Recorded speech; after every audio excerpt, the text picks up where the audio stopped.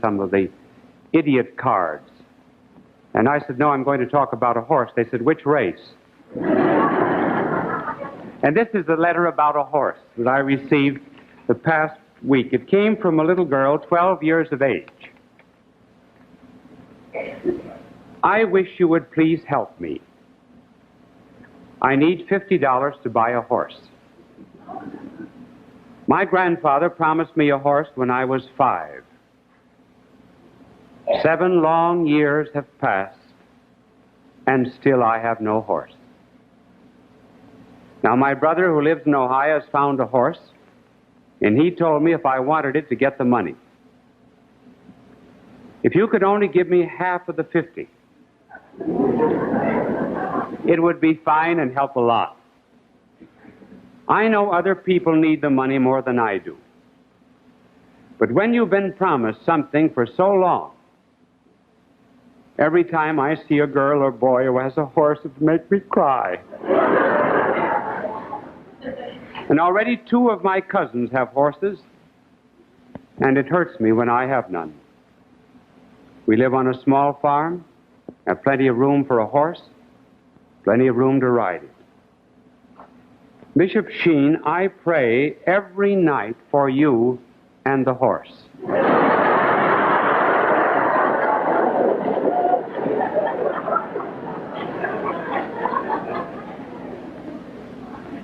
Sister tells us every day that priests, sisters, and the Holy Father need prayers. If you would help me, I know my prayers would not have been said in vain. Please send me a short note saying yes or no if you will give me the money. And if you don't, I'll still pray for you every night.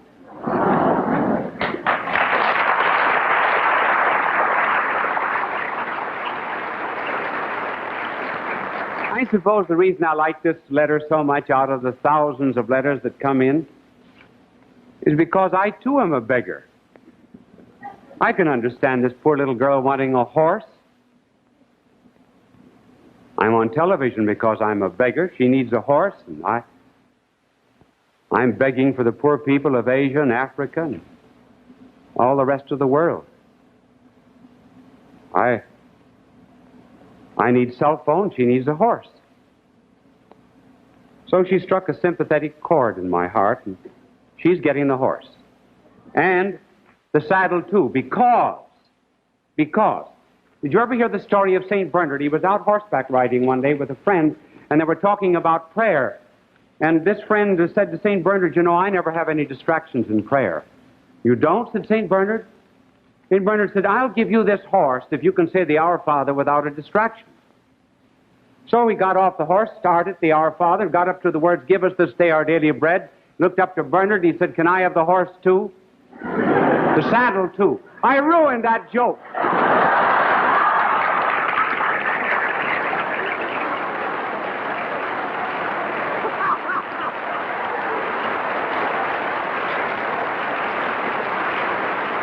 Where's the gift card?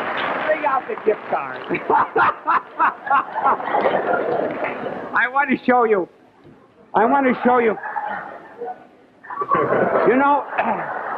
You know, you see many people on television, they tell jokes. You notice they look down like this, or they're looking at this when they're singing a song. Well, that's because they're looking at what are called on the stage idiot cards. Well, last week, after the show, I went back and I saw a number of idiot cards out there, so I brought them out and I showed them to the audience. When I was talking, I explained how they used idiot cards. Do you know what the stagehands did? Last week, the stagehands, after I got through talking about idiot cards, they wrote this out for me. The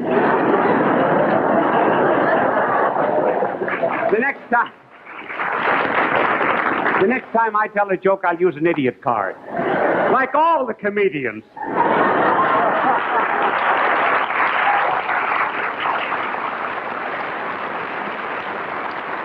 I tell you, now, just because I muffed that one, and Lent's coming on, and the poor little girl needed a horse. Listen, last year, we helped 65 million aged, sick, and orphans throughout the world, and about 95% of them were non-Christian.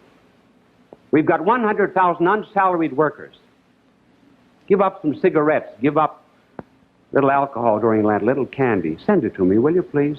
Don't do it just because these people need it. Do it because you need it. Do it for the love of God, not for any other reason. Not because these people are poor. We may be poorer in our own hearts than any of them. 366 Fifth Avenue. Thanks. Send me a horse. Now give it to the poor, and the Lord will bless you for it. We're talking tonight on, my goodness gracious, 8 minutes and 35 seconds. Gone already. Whew. Our subject tonight is why parents should obey their children. Now, I'm going to give 3 arguments why they should, if we have time for 3. And then I will answer each of them. The first argument is this. And I will try, it's a false argument, but I will try to put a lot of feeling into it. Parents should obey children because if parents do not obey children, children will have to obey parents. But if children have to obey parents, they will have to accept the authority of their parents. If they accept the authority of their parents, they are subject to authoritarianism. And what is it that has brought all the evils upon the world if it be not authoritarianism? What has produced a Hitler and a Mussolini? We never argue about communism because people who talk this way never mention communism. What has brought Hitler and Mussolini upon the world if it has not been this authoritarianism? And we'll have parents who are authoritarians, and children in the next generation will take their vengeance on such parents. No, parents must obey their children. Argument number 1. Now, what is there to it? Well, it's a confusion, of course, of authoritarianism and authority. Authoritarianism is something that is political. It means the subjection to an ideology through sanctions such as police, brainwashing, Siberia, and the like. Authority does not mean that at all. The authority of parents. Authority is the acceptance of a truth and a rule because we love that particular person and because we put some faith in that particular person. Now, inasmuch as this is very important, I'm going to quote for you something from not one of the greatest minds, but the greatest mind who ever lived. And you can take it down if you wish. I'm going to put it in his own language. Ex reverentia. Praecipientis.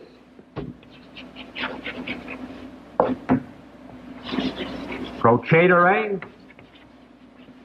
Debet. Reverentia. Preceptus. Now, for the benefit of the 3 of you in this vast television audience who have forgotten their Latin, I will translate it. It means reverence for a law flows from reverence of the one who gives the law.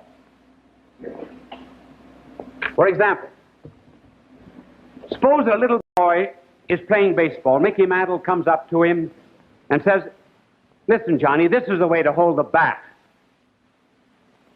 From that point on, no other boy or man will ever be able to tell that youngster how to hold the bat. Mickey Mantle knows. He's had faith in Mantle. Mantle has a value as far as holding a baseball bat is concerned. The precept will be followed because of respect that he has for the baseball talents of Mickey Mantle. Fritz Kreisler tells a budding violinist how to play, for example, a certain piece. The word of Fritz Kreisler is final. Why? On account of the value, the excellence, the superiority of Fritz Kreisler. Why is it, for example, we accept the authority, say, of Christ in the church? Because we have a reason for believing it, and then because we follow it on account of love. And so it is with parents. Children obey parents principally because they have a reverence for the parents who gives them the command. It's not a blind obedience.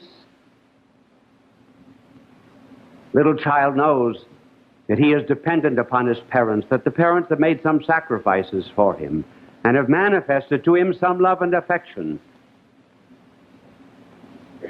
And therefore, obedience. And where that reverence is lacking, disobedience follows, or obedience is very, very hard. If, for example, a father is an alcoholic, how can he tell a 12-year-old daughter, for example, that she should not start drinking? If a father comes home from a factory with a monkey wrench that he's stolen from a shop, do you think he can tell his son not to steal? The parent lacks moral worth. And obedience to the precept follows from the moral worth of the one who gives the command. In the Vaughan family in England, Colonel Vaughan one day said to his young son Bernard, who filled his plate with some dessert, he said, "Young man, you'll never grow up to be a gentleman unless you learn how to mortify yourself." And little Bernard said to his father, "Dad, you use a snuff box." And with that, Colonel Vaughan picked up his snuff box, threw it into the fire, and he said, "Son, I'll never touch it again." No authority never weighs heavily where there is love. As a little boy one day said to his mother, "Mommy, if I really and truly loved you as I ought, I would be without faults." And that is what our blessed Lord meant when he said, "If you love me, you will keep my commandments." And hence the question of obedience ultimately gets down to the moral worth of the parents, the worth the children sees in them. But there is another argument that is urged why parents should obey their children. And it is this, that if parents do not obey their children but give them commands, parents will never be loved. Mother will say, "If I do not let my child do whatever he pleases to do, my child will never love me. I must therefore allow him to be free." To be free means to do whatever you please. Why should I impose some morality on him? Or give him a religion? Wait until he's 21, then let him decide for himself.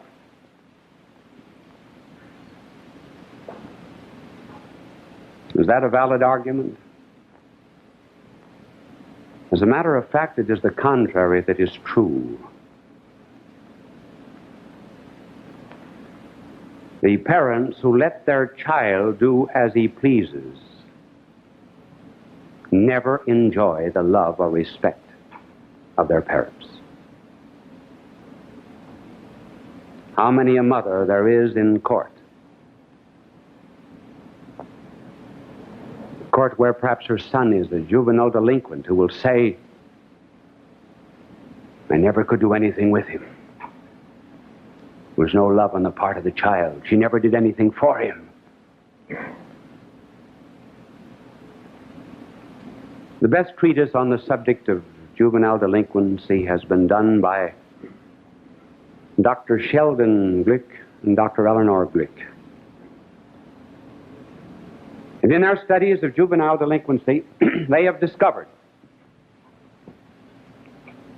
that only 2 out of every 10 delinquent children that they studied wanted to be like their father. The father let them do everything they pleased. The father was not loved. Less than 7 out of 10 said they had any affection for their mothers, but their mothers allowed them to do whatever they pleased. John Ruskin, the English writer, said that he once said to his mother, after he had arrived at some prestige, Why is it that there's not the affection between us that there ought to be? Mother-son relationship, among others, is deeper than our own. And Ruskin's mother said to him, because I was too self-indulgent.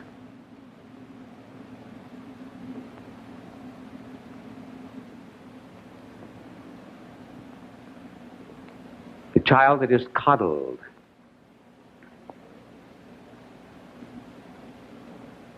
depends upon the parent indeed to get whatever he wants. The parent is useful to the child. But where there is utility, there is very little love. Just as in human affection, where there is merely an eros, and erotic love, sensual love, there is not necessarily a deep affection. One is interested in the other only on account of the pleasure the other gives. And children can be interested only because of the utility the parent has. They expect their parents to do everything for them, and then when they grow up, they expect the state to do everything for them. I was in a big toy store around Christmas time, and I saw a tremendous zebra. It was about that high. And I said to the clerk, does it do anything? No, not a thing. I said, what spoiled child ever bought that? Spoiled child is right. He said there was one little brat came in here one day and cried, fussed until she got it. $300 it cost. I said, the father should have given her the stripes instead of the zebra.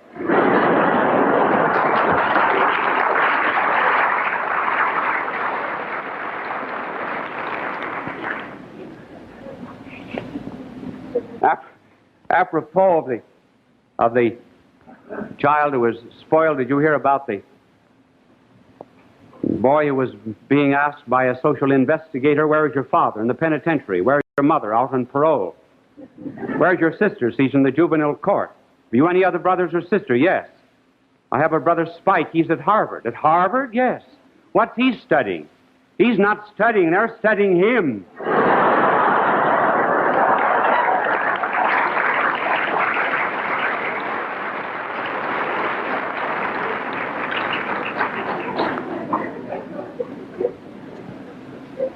You say, wait until the child grows up before he's taught anything? Well, why not? Before he's taught any morality or ethics or decency? Why shouldn't the parents say, by the same logic, why, for example, should I insist on my child being taught English when he's a baby? Wait until he's 21. Maybe he will not want to talk English. Maybe he'll want to talk Sanskrit. Why should I, for example, ever teach my boy politeness? Maybe he wants to grow up to be a boor. You heard about the stewardess in the plane who met a couple of those spoiled children. They were up about 15,000 feet, and the stewardess said to them, how would you like to go outside and play?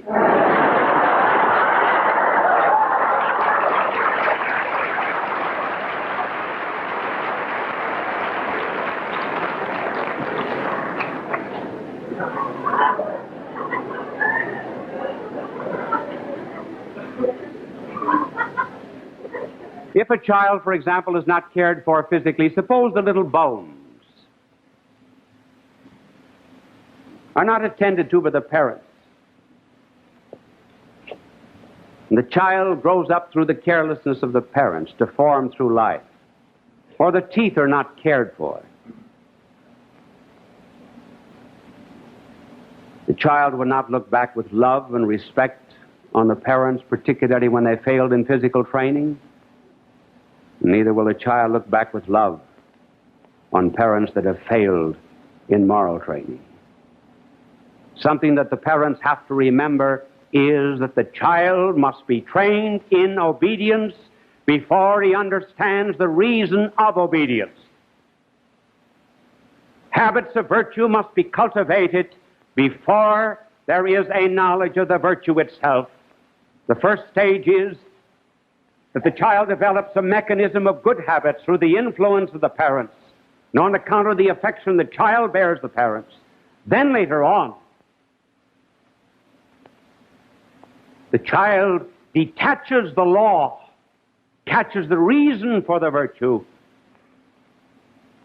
and then develops his own autonomy, his own self-government upon the foundation given to him by early obedience to his parents. But it may be objected. And this is the third argument. We must never teach the child right and wrong, because, as Freud has told us, at the base of every child is the id. And over above the id is the superego, which is made up of moral taboos and conventions and religion and codes and so forth. And these, as they press down on the id, they're apt to develop a guilt complex. And we must be careful about ever telling the child that he has done wrong. Saw a cartoon the other day in the New Yorker in which a psychiatrist was saying to a mother, the child, stubborn, perverted, criminal tendencies, wild, addicted to thievery, a kleptomaniac? Yes. But bad? No.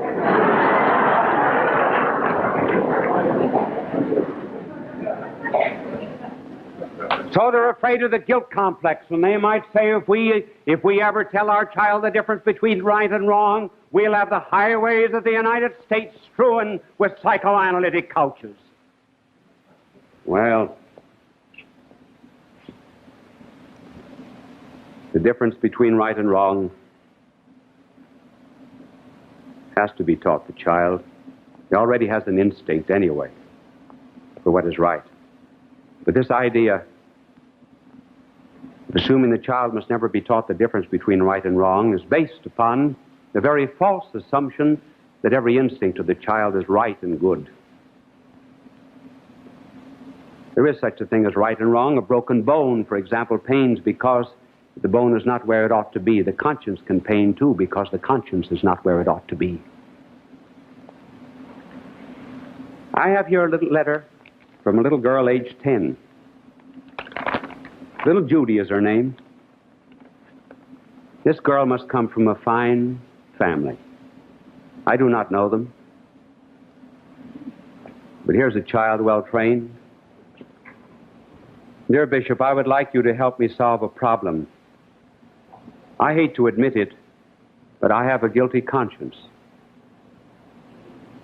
Our family got a big box of chocolate candy, and my mother gave us each 2 pieces of chocolates and said, "That's all," and put the box on the desk. And after a while, when I got a chance, I took some. I didn't mean to be a naughty girl, but I like chocolates very much. It was wrong for me to do that, wasn't it? Thank you. Sincerely yours, Judy. Here is a quarter, so I will make up for it and not buy chocolates.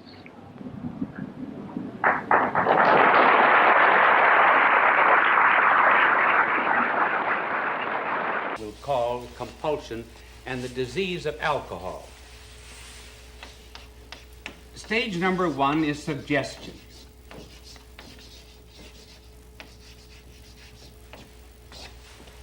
Suggestion, why don't you take a drink? Everybody else is.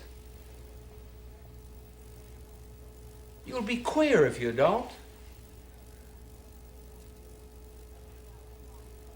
Now, there's nothing wrong in this. I'm not discussing the morality of it at this point. The mere fact alone of suggestion. After the suggestion comes the second stage, which is the action.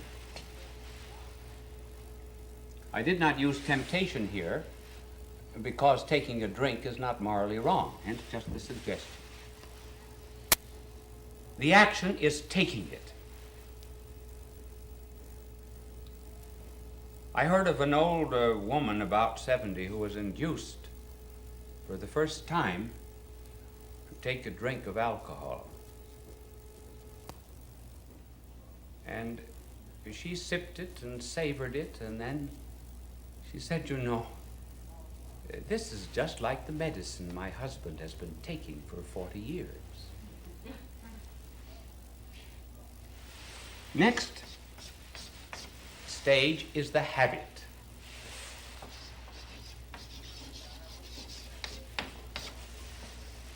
The habit is made up of repeated acts.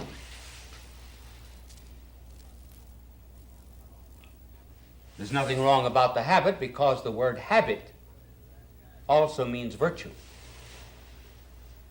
For example, 7 virtues are called 7 habits. But here, however, one has contracted a habit which may be difficult to break and which may lead on to very serious consequences. Each drink then becomes a link in a chain, until finally a man becomes imprisoned. And then he tries to get out and he finds that the key has rusted. And he cannot get out of his own prison. At that stage, the term that is used today very popularly is one now has a disease.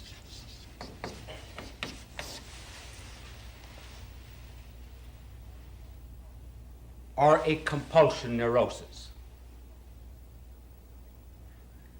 Now, it is true that there is a compulsion.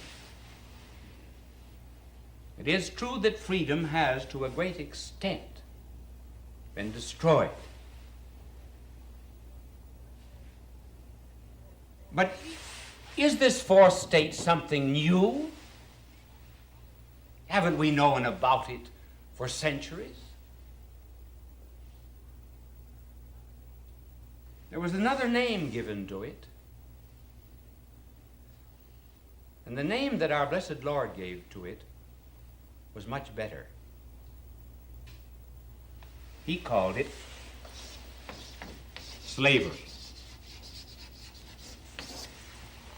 He who commits sin becomes the slave of sin.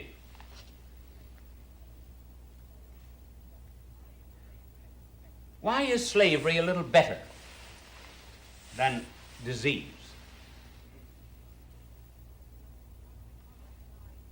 Well, because it implies some freedom along the line. And this slavery is not like the slavery, for example, of nations behind the Iron Curtain, because there the slavery came from outside, namely from Soviet compulsion. But here the slavery is self-imposed. So slavery is better because there are some elements of freedom. Now, where is the freedom? Well, the freedom, first of all, is at the very beginning. The suggestion. One is free to take a drink or not to take it. Also, at the action. It has been said, and perhaps rather improperly, that there is no addiction essentially in alcohol. The addiction may come from something else. But certainly there is perfect freedom and liberty in here, even though it's leading to what is called a disease.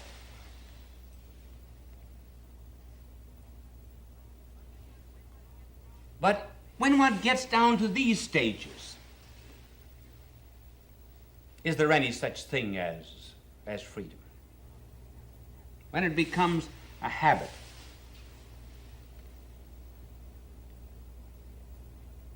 Like a social drinker. What is a social drinker? A social drinker is a person who, in spelling Mississippi, doesn't know where to stop. There is freedom, even here, as is proven by remorse.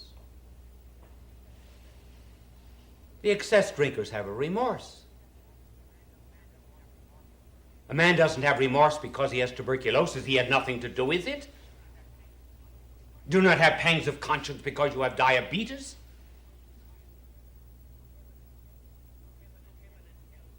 There's no heaven and hell in conflict in any disease. So there are psychic consequences involving freedom at this stage which are not to be found in a disease. And another proof that there's freedom even up to this point. I'm not touching the disease element yet. Another evidence of freedom here is the deceit and the cleverness that will be used by alcoholics. Almost all alcoholics are liars. And they do not want to accept the responsibility for what they have done. And they're very, very clever.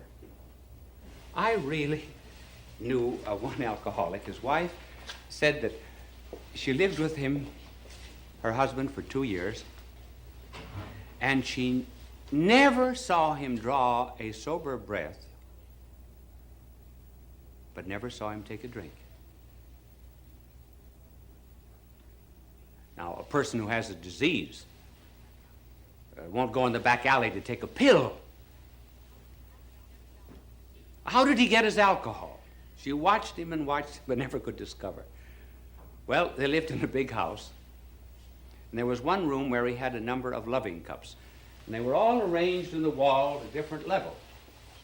So when he would pass from one room to another, he would jump up on a chair, take down one loving cup and empty it, and then go into the other room. And after 2 years, she discovered that that's how he got his drinks. There's freedom involved there. Now, when you come to the disease, what is called the disease, is there still any freedom? Yes.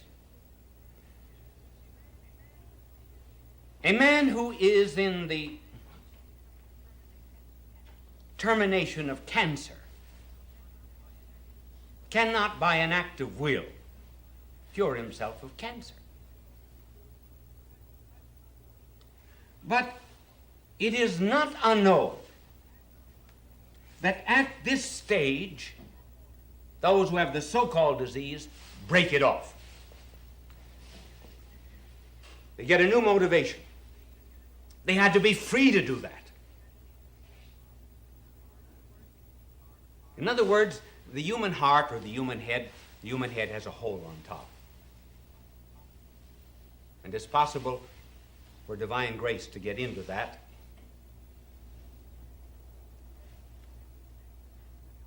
And men who have been alcoholics for years suddenly become cured. So therefore there is an element of freedom at many of the stages of alcoholism.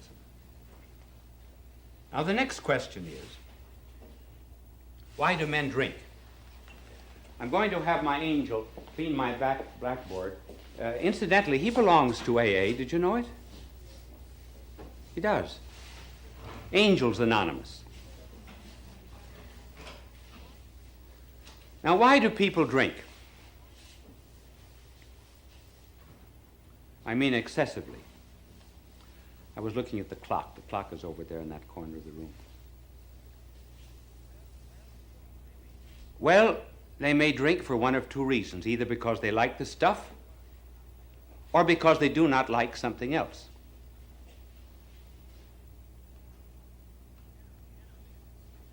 Generally, women do not drink because they like the stuff. They drink because they dislike something else, whatever it happens to be. And that is becoming increasingly true of men alcoholics. But there are some who like it. I can remember when I was a boy, my mother and father used to take us every Sunday afternoon to visit an old couple whom we called Uncle Bill and Aunt Hannah. They were not actually an uncle and an aunt, but I think they think he was a granduncle, a grandaunt. I didn't know later on that he was my drinking uncle. My mother and father never told me, but he was, and they told me fantastic stories about being a continuous alcoholic for about 20 years, and Aunt Hannah did nothing but pray and pray and pray for this drunken husband of hers, and finally one day he suddenly broke off, and of all the happy old couples that you ever saw in your life, It was this old couple.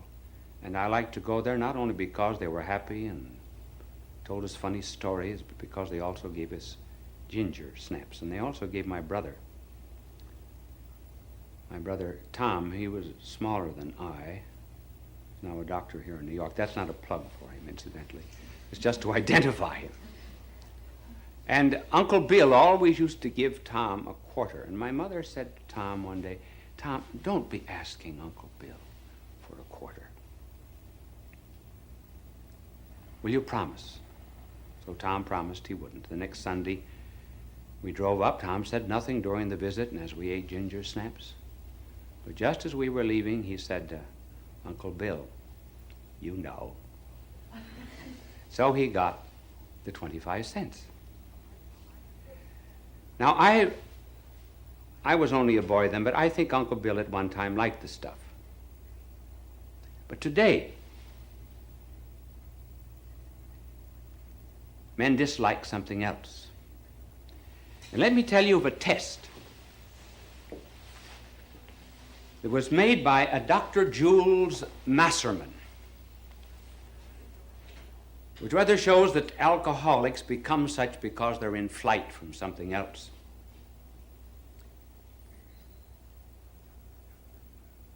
Dr. Masserman had 16 cats whom he trained to go to a box for food.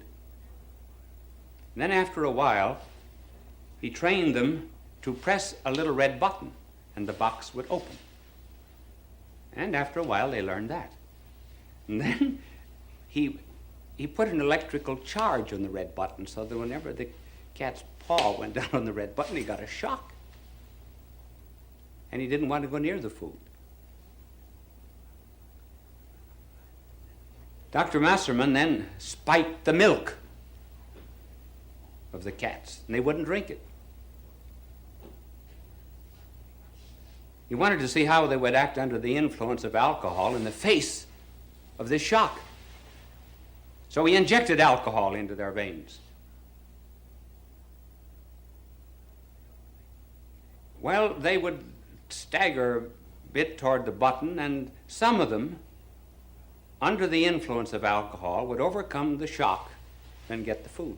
Then afterwards they became apathetic and almost useless. And after many injections of alcohol, he then gave them spiked milk again, and they took to spiked milk in order to get to the food.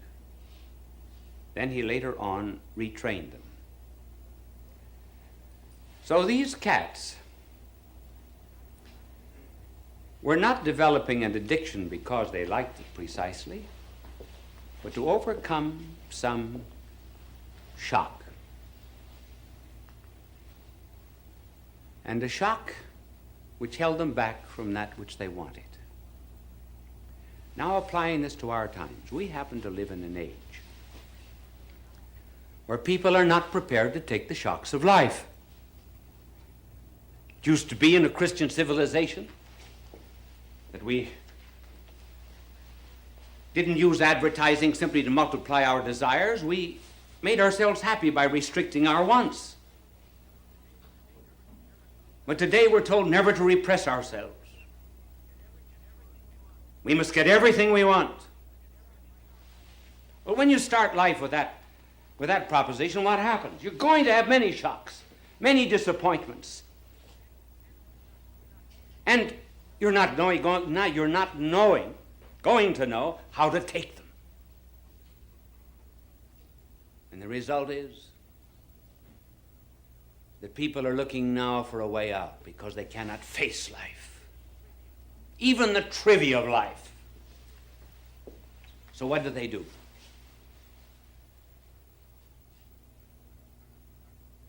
One hardly ever hears it anymore, but years ago,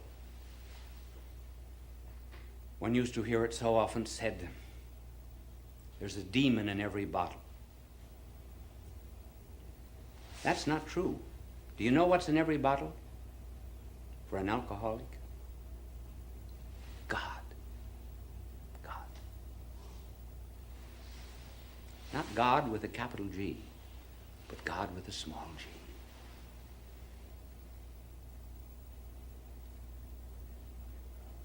On the one hand, the alcoholic, or the modern man or woman, his disappointments, frustrations, conflicts. Looking at movies, reading novels, he expected that everything would be fine and happy in marriage, and he finds there's incompatibility. Certainly. Was there ever a marriage that was completely compatible? Then he expected to make more money. Didn't make it. He was criticized. Maybe his wife was hard on him. Maybe he was hard on the wife. At any rate, he felt that the pressure of life was weighing him down. He felt constricted in his heart and in his mind. He wanted release. He wanted a mystical experience. He wanted something that would help him meet the trials of life. And not having God, he found another God. He found it in a bottle. What did that God in the bottle do for him? That God in the bottle gave him courage. It effaced his guilt. So he thought. Why? Because it made him unconscious. It drugged his conscience. He didn't have to think about his sins. He didn't have to think of the way he ruined his wife, or his husband, or his children, or his home. Why? Simply because now he's transported into a kind of a third heaven where he lives a new life, where now he has a fortitude that he never had before, where he's dulled to the pressures of life. His heart, instead of being constricted, is enlarged so that he can take on the whole universe. And life that was saying no to him, now, thanks to the new God that he has, is saying yes. All of the cold experiences on the periphery of life are done away with thanks to this new religion, thanks to this new God, thanks to this new church of a bottle. Now, he has this warm center within himself. He has drunk God. And he is a God.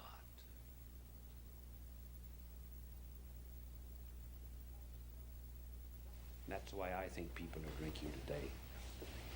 And just to say it's a disease will never cure them, nor even to say they're guilty. Many other helps have to be used. I'm not speaking of those. I'm only speaking of one aspect here, the aspect of freedom. And there is a way in which, if they are brought to another motivation, they can be helped. One has to be very careful, even in using the medical means, that one does not leave an empty house. Remember the story in the gospel of the soul that was left empty, and 7 devils worse than the first came back.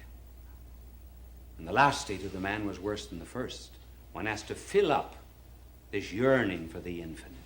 One has to give, as it were, a true mystical experience for all of these false experiences. And that is why the motivation must be divine.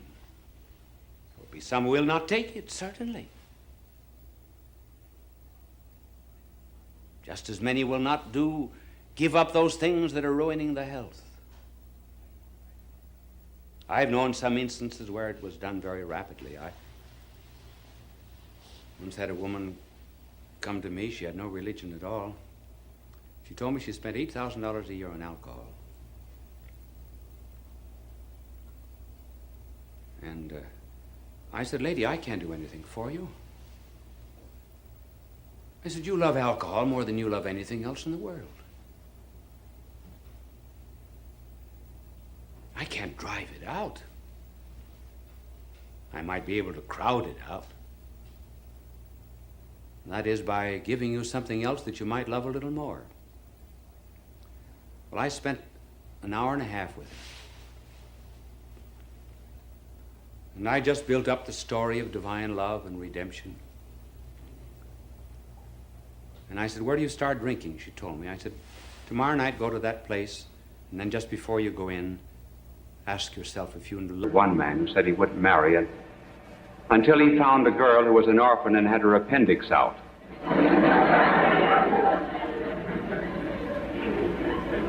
There are actually 4 distinct stages which we will enumerate in the meeting of boys and girls. The last stage of all is courtship. The first of these stages is what might be called a togetherness of boys and girls. And the second stage is separation. The third stage, I give this rather peculiar name, is to confuse you and make you think that I'm very learned about this problem, is crystallization. And fourth is courtship.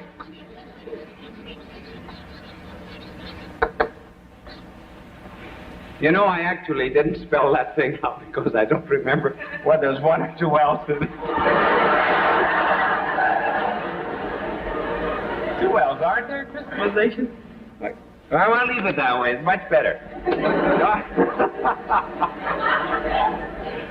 I should have looked for a synonym. Well, the first stage of boys and girls is that of togetherness in which they play together and are quite young, and they enjoy one another with a naturalness which is devoid of any of the troubles that come later on from sex differences. We need not emphasize this particular stage here. There's the same naturalness there that there is in the 2 children at the seashore who were the victims of divorced parents, and one said to the other, how do you like your daddy? The other said, fine. The first one said, so did we. We had him last year. And the next is the separation. Now we reach a moment in the lives of boys and girls where the boys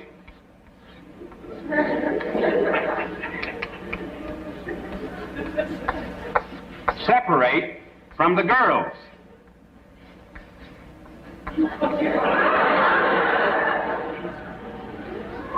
I'll bet I get another art scholarship for that one. Now, in this stage of separation of boys and girls, the boys do not want to be seen with the girls, and the girls do not want to be seen with the boys. As a matter of fact, the greatest punishment that can be given a boy at this particular age is to be made to sit with girls. Girls are all sissies. And then a girl, of course, in her turn, hates to be put with a boy.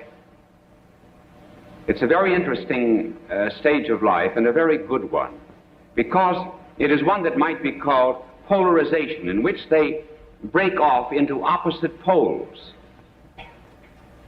They might be called, actually, the positive and negative charges of electricity.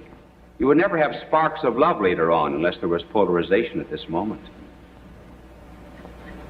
And this separation, or polarization, allows each of them to develop their physical and psychical differences. For example, the boy, when he's with other boys, becomes aggressive, develops heroism, certain talents, aptitudes, has his own ideals, and has the potentials of manhood within him. The girl, on the contrary, when she's with other girls, she develops effeminacy, the right kind, delicacy, refinement. She begins to learn and understand that she has a rhythm that beats with the rhythm of the cosmos. And there is given to her some great and tremendous, mysterious, creative possibilities. This stage of separation is really so ideal that at this point of life, it is very well to have boys and girls educated separately. Otherwise, if you've got a too precocious mingling, of boys and girls. The boys are apt to become sissies and effeminate, and they grow up not to be men but mannequins.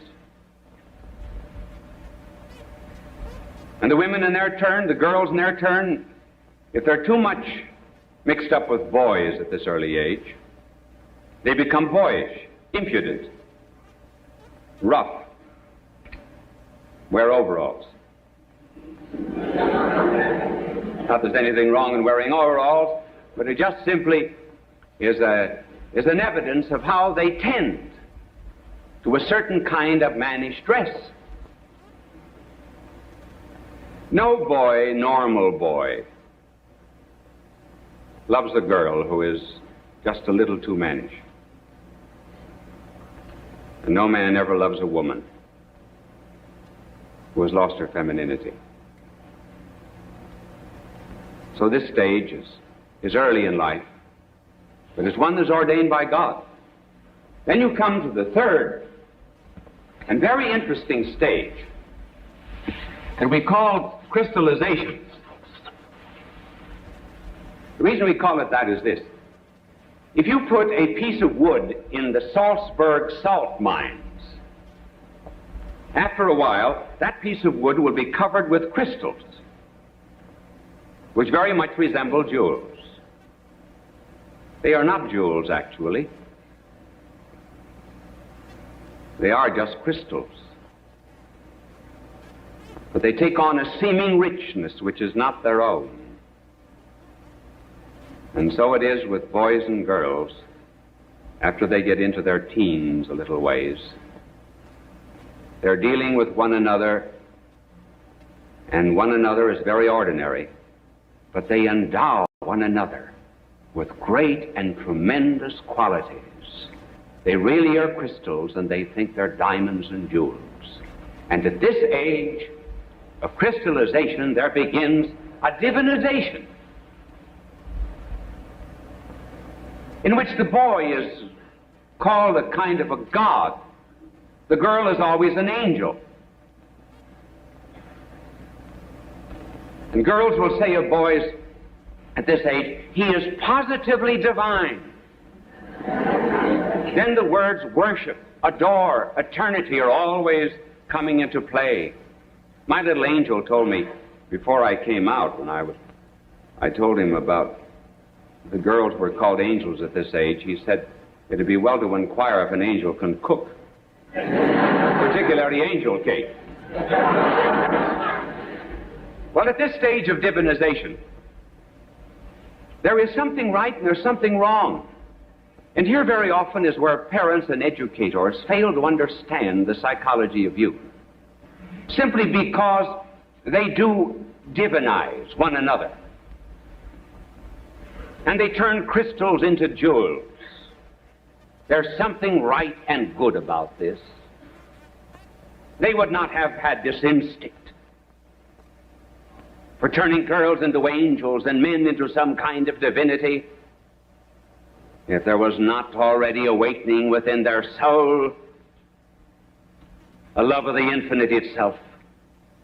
They have not only bodies, they have souls, and instinctively these young people know that they were made for infinite happiness. God intended them to have it. There ought to be an ecstasy. There ought to be an unending thrill. They ought to be with the divine. They ought to be with the angels, certainly. And parents and educators should not make fun of young people who crystallize and divinize one another. Why is it that there's so much religion, and the words of religion are so much bound up with love at this stage? It's because love and religion always go together. Just like hate and communism go together, so do love and religion. Their mistake, however, is to place the infinite in the finite, and to think that the infinite happiness and love and ecstasy and thrill that they want, thrill that is unending, is to be found in something that is purely corporal and physical. That's their mistake. But their craving is right. And a certain amount of sympathy toward the young at this stage can lead them on to a right appreciation of what is good and what they're really seeking. This is the age, of course, when boys begin to wash behind their ears. They discover neckties. They're very careful now of the clothes that they wear. They did not mind a patch in the trousers. Now they do. They begin to have pin-up girls in their rooms. I heard of two soldiers in Korea. They had beds next to one another, and one of them had a lot of pin-up girls above his bed, and he was studying, and the other soldier said to him, "Remember, they're 85% water."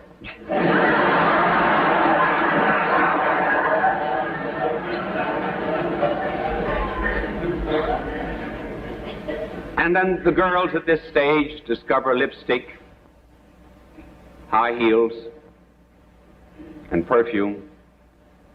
I know of one girl who was being crystallized at this particular age of life who believed the perfume advertisements. Remember the cartoon that appeared years ago? Someone went into a perfume counter and said, "Haven't you anything for beginners?" Well, this girl went in, and she wanted some perfume, because she was an angel, and the clerk said, "Well, here we have a perfume, $35. It's called Perhaps." She said, "For that price, it ought to be called Sure."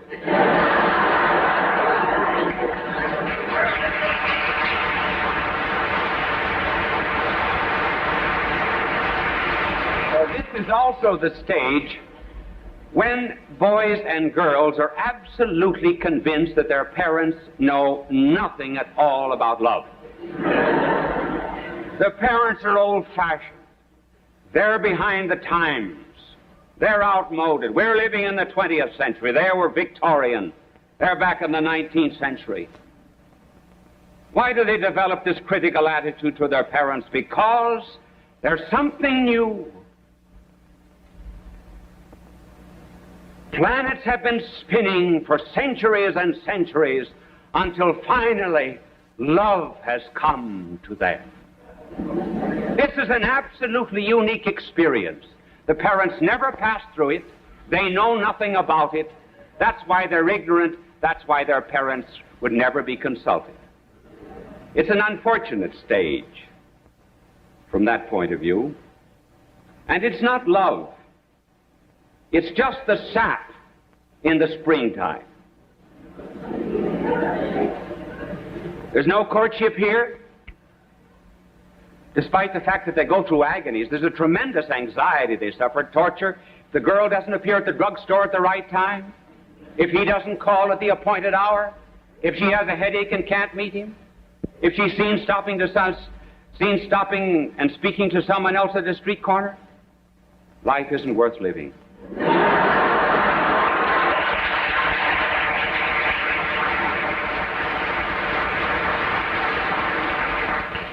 This has rightly been called puppy love. And a little warning, if boys and girls marry during puppy love, the chances are they'll lead a dog's life later on. Now we come to courtship. And courtship, we cannot give all standards and tests, but we will give just a few. Two will refer to young men and young women together. One will refer to a young woman alone, and the other a test for a young man. First together is the problem of affinity. And secondly, for boys, sacrifice. For girls, femininity.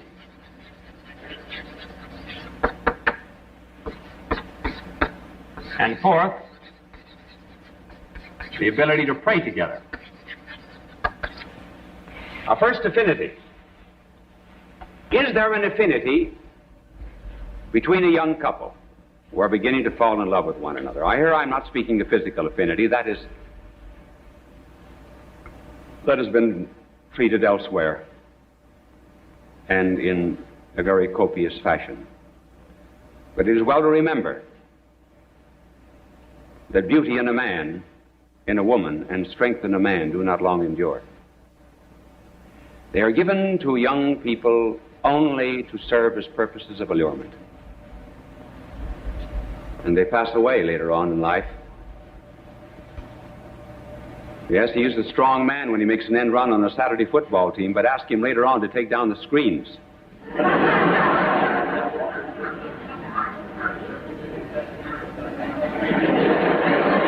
They must have hit someone with that one.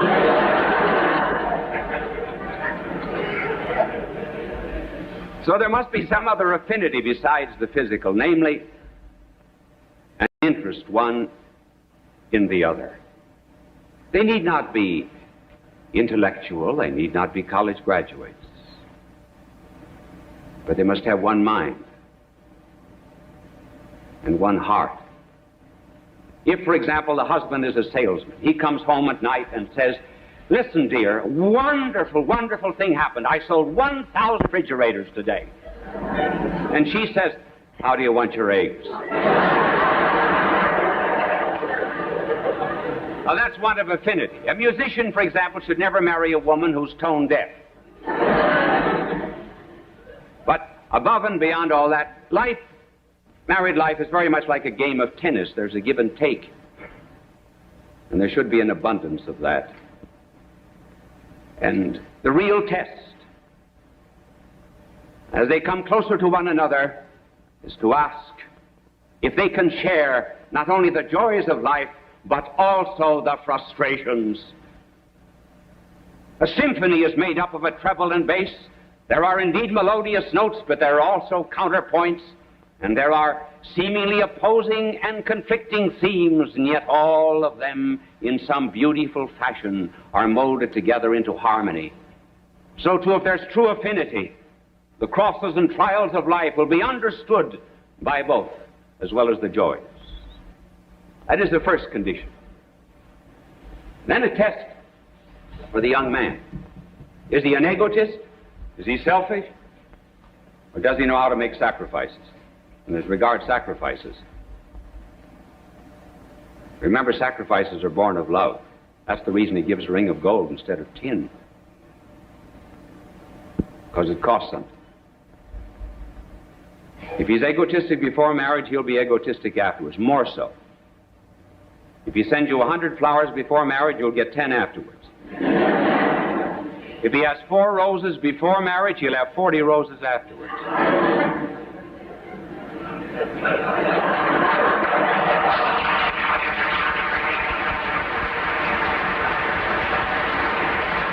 And if the young man has a spirit of sacrifice, he'll have reverence for the woman. Reverence for the mystery of femininity, knowing that she is not a bargain counter where a motley crowd can purchase. Find indeed the young man who can treasure for days and for weeks and for years the gift of a rose or the touch of a hand of a friend.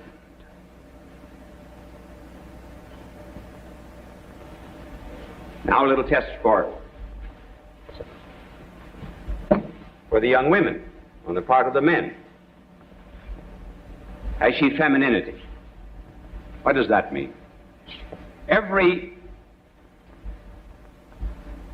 woman was made to be a mother, either physically or spiritually. Physically by the generation of physical life, and spiritually by the generation of spiritual life, and by tending the ills of others, and by serving divine and holy causes. And if she is a true woman, she will be looking forward to preserving strength and beauty.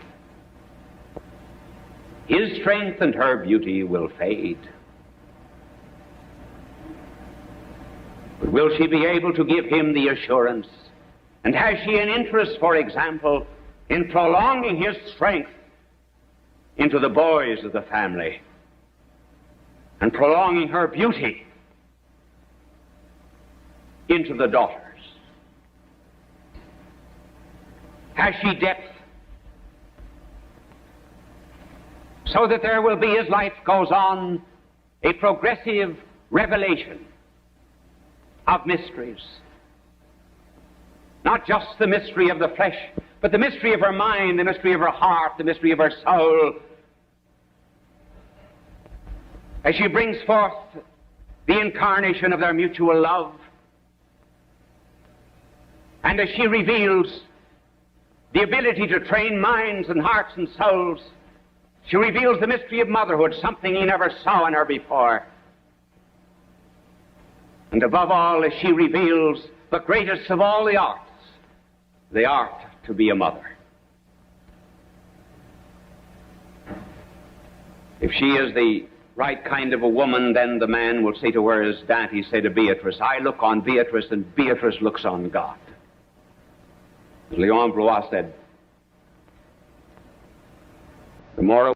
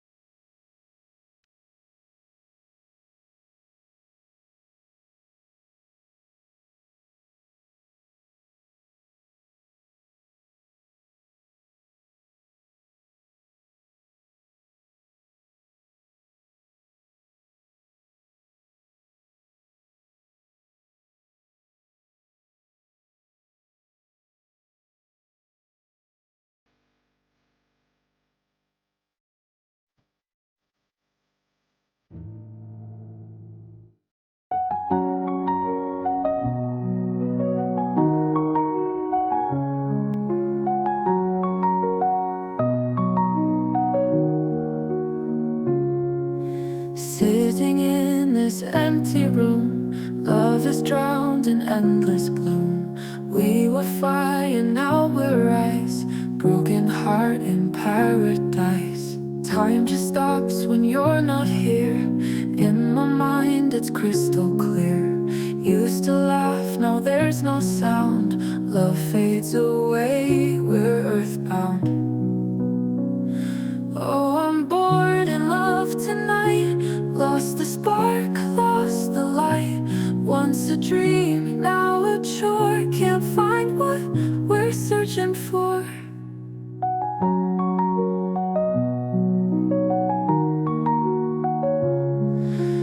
Tangled up in this routine, life once vibrant, now unseen. Heartbeats echo dull and slow. Where did all the passion go? Staring at the TV screen, love once vivid, now routine. Day by day we drift afar, lost ourselves, we don't know who we are. Can we find a way to mend, or is this just the end, my friend? Love's a word we used in vain. Will we ever feel again?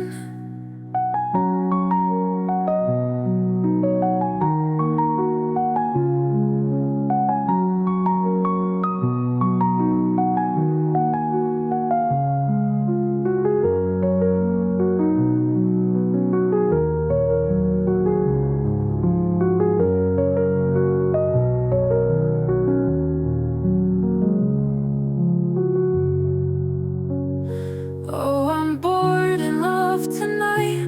Lost the spark, lost the light. Once a dream, now a chore. Can't find what we're searching for. Oh, I'm bored in love tonight. Lost the spark, lost the light. Once a dream, now a chore. Can't find what we're searching for. Tangled up in this routine, life once vibrant, now unseen. Heartbeats echo dull and slow. Where did all the passion go?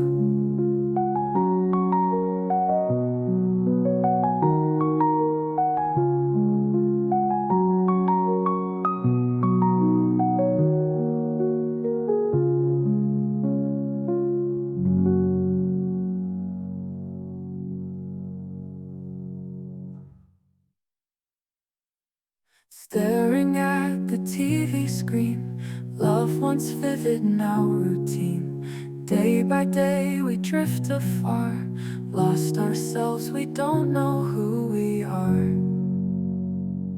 Can we find a way to mend, or is this just the end, my friend? Love's a word we used in vain. Will we ever feel